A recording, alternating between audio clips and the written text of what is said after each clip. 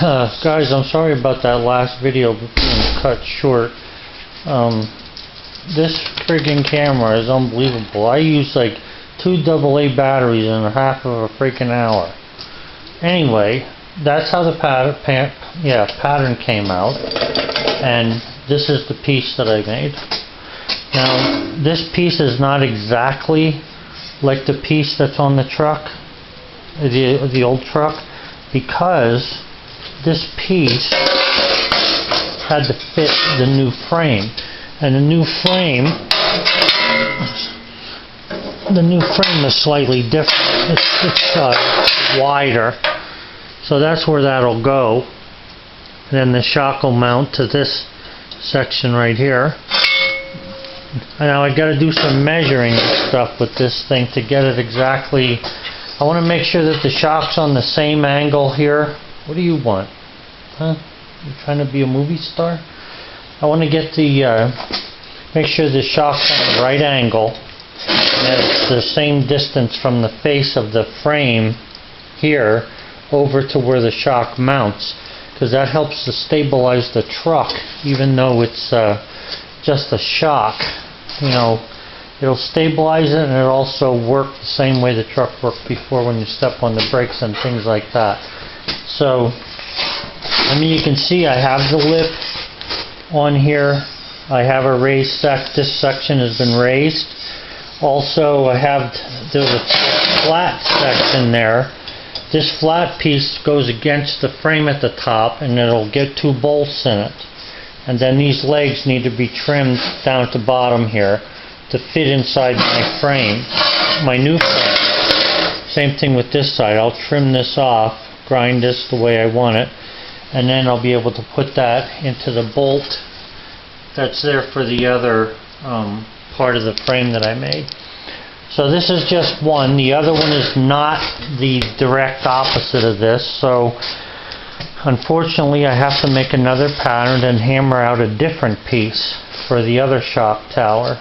So that's what I'm going to work on next in the next upcoming videos. So, you know, you saw me beading this thing over here, and that's how I make this stuff. And I'll make this entire frame like this with a hammer. And it's just a matter of how you know, what size metal you have, all the pieces that you have. This thing needs a little bit of grinding here and there to shape it up, make it nice, and that's it. Now, as far as the hammer marks in it, I can try putting it through my planishing hammer to try and pound all them out, but I'm not really worried about them because it's under the truck, and I'm looking for strength. Okay, I'm not really looking for beauty under the truck. Just so I can paint it black, that's all I really care about. So, yeah, anyway, that's how that came out.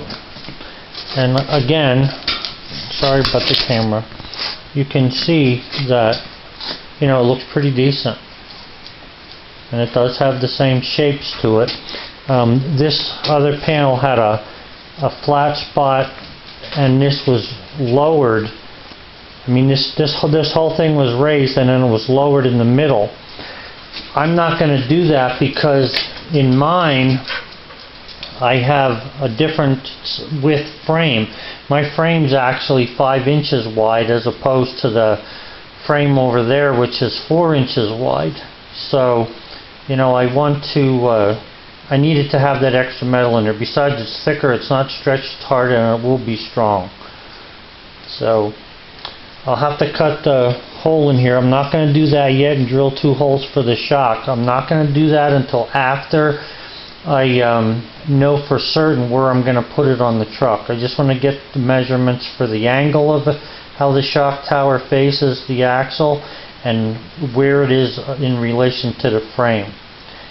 So I'll show you what this looks like compared to the other piece. It's been like raining here all freaking day. So what you see there is that's the piece I duplicated. And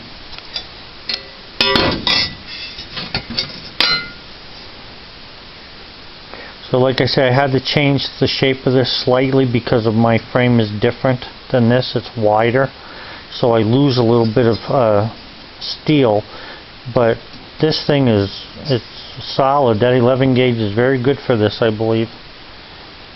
So anyway, that's what I'll do with the shock. I'll put that right in here, and I want to shape this off a little bit better with a grinder to round it off nicer. But other than that, you know, I have the shape and it fits my frame. I have the shape and it fits my frame good.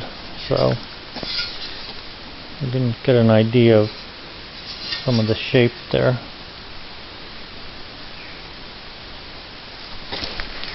It just takes a little bit of patience when you're doing this. And you gotta, you know, if you're gonna do it, you want to take your time. And like I say, the way I finished this up, I wish the video would have worked, was the first thing I did was I made this crease all the way around it. That's what I did first. And then after that I went and go ahead and bent these bigger angles. This one over here, which is actually longer than that one. I made this flat spot because I need to have that for the bolts bolted into the top of the frame. And you know, I kept pounding on it until it had the shape that I wanted it to have. I can make it better than that if I wanted to. At this point, all I want to do is fit it to the frame. So that's it, guys. Have a good one.